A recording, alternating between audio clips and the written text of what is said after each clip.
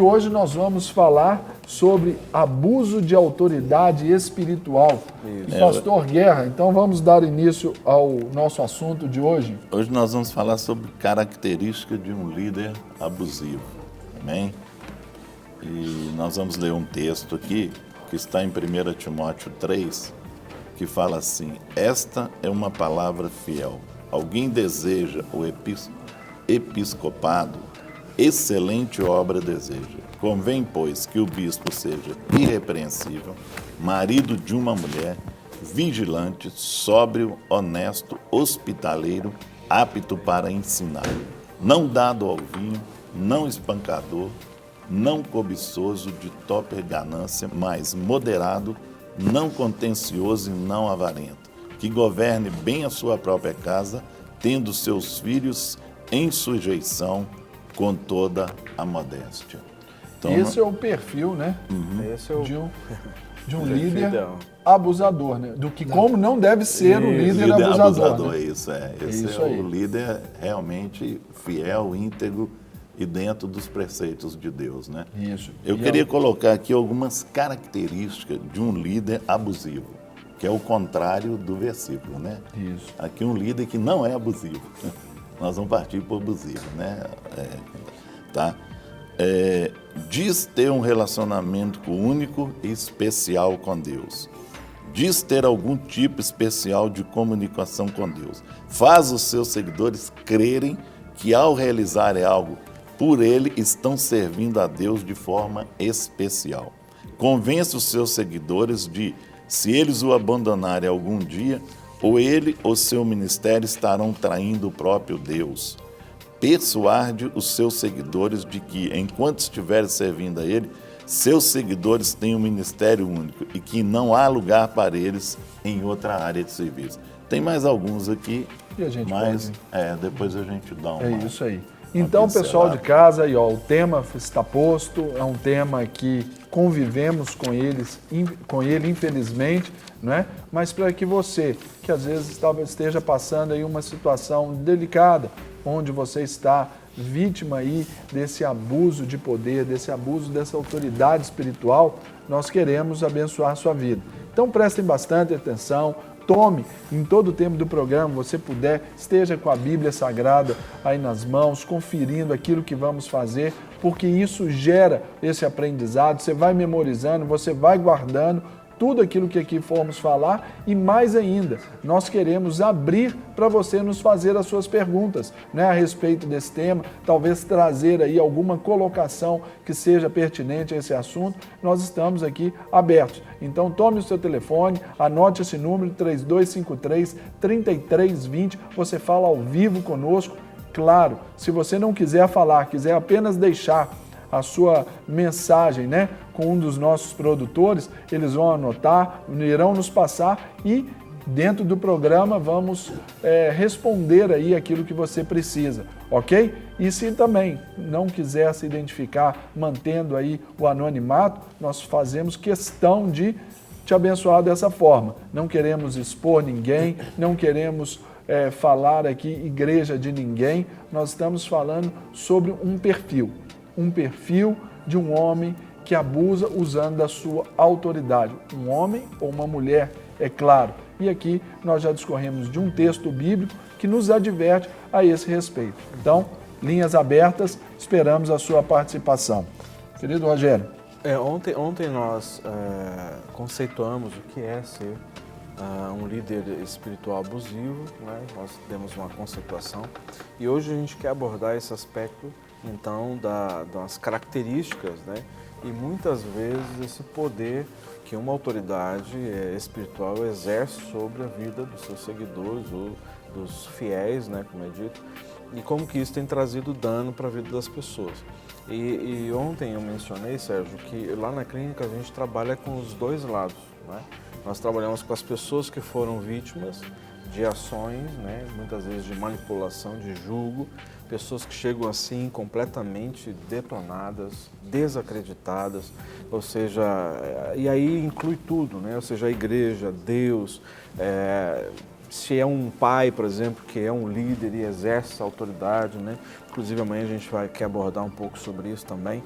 Então, e por outro lado, a gente também trabalha com pessoas que muitas vezes, uma das características que nós temos visto de alguém que usa a manipulação, usa esse sistema de opressão sobre a vida dos seus liderados, são pessoas feridas também. São pessoas muitas vezes que não sabem quem são, qual o seu valor, qual o seu potencial, e aí se utiliza desses meios para o quê? Para ter a atenção das pessoas, para sentir aceito, sentir muitas vezes que é honrado pela autoridade e não simplesmente por aquilo que a pessoa é. Então ela usa esse tipo de subterfúgio para ela poder ter a atenção do povo e muitas vezes acaba levando o povo debaixo de um cabresto, ou seja, debaixo de rédeas, né? Então, os dois lados acabam gerando ferida, tanto o líder, que muitas vezes ele e gera pessoas feridas e vivem de uma situação muito delicada, né, Rogério? Eu queria... Pastor Rogerinho, só para a gente já responder a uma telespectadora, né? Aí a gente convida e o pessoal participa claro, mesmo, né? Glória a Deus. Essa irmã é uma irmã que não quis se identificar e a gente zela por isso, né, em respeito ao nosso telespectador. Ela é casada, ela já é evangélica, ela faz parte de uma igreja batista e ela e o seu marido já são crentes. Só que o marido, ele tem reincidentemente caído na fé. E qual a postura que ela deve ter nesse contexto? Olha, a palavra de Deus nos orienta que nós devemos sustentar uns aos outros em amor. Eu acho que se ele tem caído com alguma frequência e provavelmente nas mesmas situações, isso é a indicação de que ele precisa tratar a raiz disso, né? Por que ele tem caído com frequência ou por que eu não sei se é a mesma situação, mas é bem provável que sim, seja uma situação repetitiva. Então ele precisa ver por que isso está tendo tanta influência sobre a vida dele. Por que essa atmosfera sempre consegue vencê-lo? Então é uma situação que ele precisa querer ir mais fundo, querer realmente a cura e a libertação. Agora, com relação a ela, está disposta a perdoar, a caminhar a próxima milha, sabe? A sustentá-lo em amor, sabendo que ela não tem caído e ele sim, significa que ele está como um pequenino na fé. Então, o que o Senhor nos orienta a respeito dos pequeninos na fé? Que eles precisam de cuidado. Então, eu acho que esse é o ponto principal. E um princípio da aliança também, né, Rogerinho? Exato. Não sei se você ia citar, se um cair, o outro levanta. Então, ela se fortificar, não é isso? Exatamente. Deixa eu pedir mais uma licença a vocês aqui, porque nós temos a Joyce Balbino, que fala conosco lá de Três Rios, diretamente do Rio de Janeiro. Olá, Joyce. Bom dia ainda. Deus te abençoe. Bom dia, pastor Rogerinho. A paz para vocês. Obrigado. Deus abençoe você também. Eu quero dizer, em primeiro lugar, que a Clínica da Alma tem sido uma bênção nas nossas vidas. Amém. Tá? E que a gente ouviu, né, que ia ter um curso à distância do Clínica da Alma. Estou esperando aí vocês anunciarem. Vai ter sim, vai ter. Em nome de Jesus. Estamos terminando de preparar. E eu queria também agradecer que há 2 meses atrás eu liguei e pedindo oração para o meu filho, Estevão, de 6 anos, que ele fez um implante coclear. E graças a Deus, pastores, a operação foi um sucesso, ele se recuperou super bem. Aleluia. Eu quero agradecer a oração dos irmãos. Glória a Deus. Amém. Glória a Deus. Testemunho lindo, viu, Joyce? E a pergunta... Obrigado, pastor. Pode ficar à vontade. A pergunta que eu queria fazer é em relação ao pastorado, pastor. Por exemplo, um pastor que já está no ministério de pastorado, se ele adulterar, ele pode continuar o ministério? E a outra pergunta é o seguinte: uma pessoa que está se preparando para viver a vida pastoral, a vida dela tem muito problema. Assim, tanto familiar quanto emocional em relação a marido e esposo. Essa pessoa vivendo esse drama, ela pode exercer o pastorado? Ok. São essas duas perguntas, né, Joyce? Isso mesmo, Isso. pastor. Aí agradecemos aí a sua participação, até para te liberar, para ouvir melhor a resposta. Nós vamos encerrar essa ligação com você e os pastores estarão aí respondendo as suas perguntas, ok? Muito obrigada, a paz para vocês, pastor. A paz, minha irmã. Deus abençoe e obrigado pela confiança e o carinho com a gente, tá? Amém, pastor. Deus abençoe. Pastores, primeira pergunta. Um pastor exercendo o ministério pastoral, ele cai em adultério. Ele continua apto ainda a exercer o ministério pastoral? Essa pessoa ela precisa ser acompanhada. E se nós pegarmos aqui por referência, normalmente as situações que acontecem, né, muitas vezes com colegas que nós conhecemos, na igreja, outras igrejas, ele precisa ser retirado do pastorado para que ele seja tratado, né, para que ele seja acompanhado e que precisa ser restaurado. Né? Então, assim, fica uma situação difícil para ele, estando diante das ovelhas, e essa situação vindo à tona e vira o conhecimento de todos, ele fica completamente sem autoridade para exercer nesse tempo. Então, precisa ser tratado, tem que ser acompanhado e precisa ser afastado das suas funções pastorais. E aí o que acontece normalmente é que muitas vezes tem os dois lados, né, da situação. Muitas vezes tem pessoas que não saem ali do pastorado, não é, e continuam exercendo, pede o perdão e tal, mas fica por isso mesmo.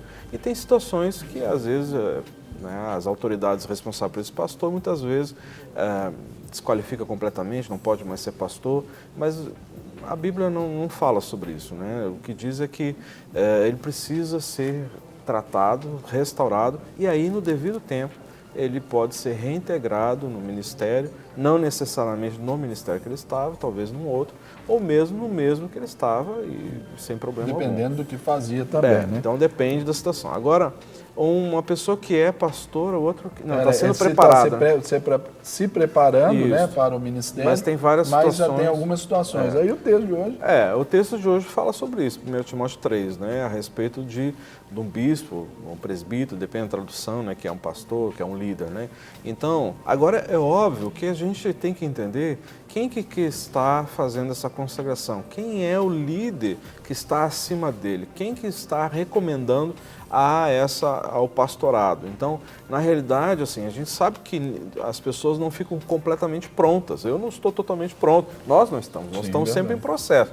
Agora, tem umas coisas básicas e necessárias que precisa se ver na vida de um líder. Ou aquele que aspira. A palavra de Deus aqui diz, aquele que aspira ao episcopado, ou à liderança, ou presbitério, ou seja, aquele que anseia, né, ele precisa ter essas características. Agora, não quer dizer que ele as tem todas. Então, assim, o líder que está apresentando, aquele que está consagrando, ordenando o ministério, então, essa pessoa sabe, tem que conhecer a vida dele. E tem aí, que passar óbvio, pelo probatório, tem que passar pelo Rogério? probatório, tem que ser aprovado no aspecto diante do público, ou seja, dos membros, né, a própria comunidade e da liderança e, obviamente, que E Deus até vai... tem que haver uma aprovação familiar. Sim. Se é casado, Claro. parte fundamental na aprovação Claro. desse pretenso pastor aí, não é? É a aprovação da sua esposa, Sim. dos seus filhos. É importante que toda a sua vida porque a seja família toda estabelecida. está engajada. É porque é quem de fato o conhece. É claro.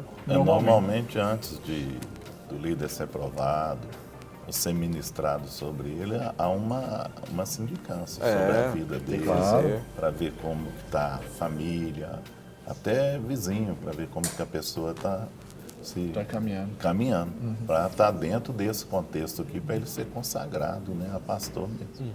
E tratar essas áreas, né? É verdade.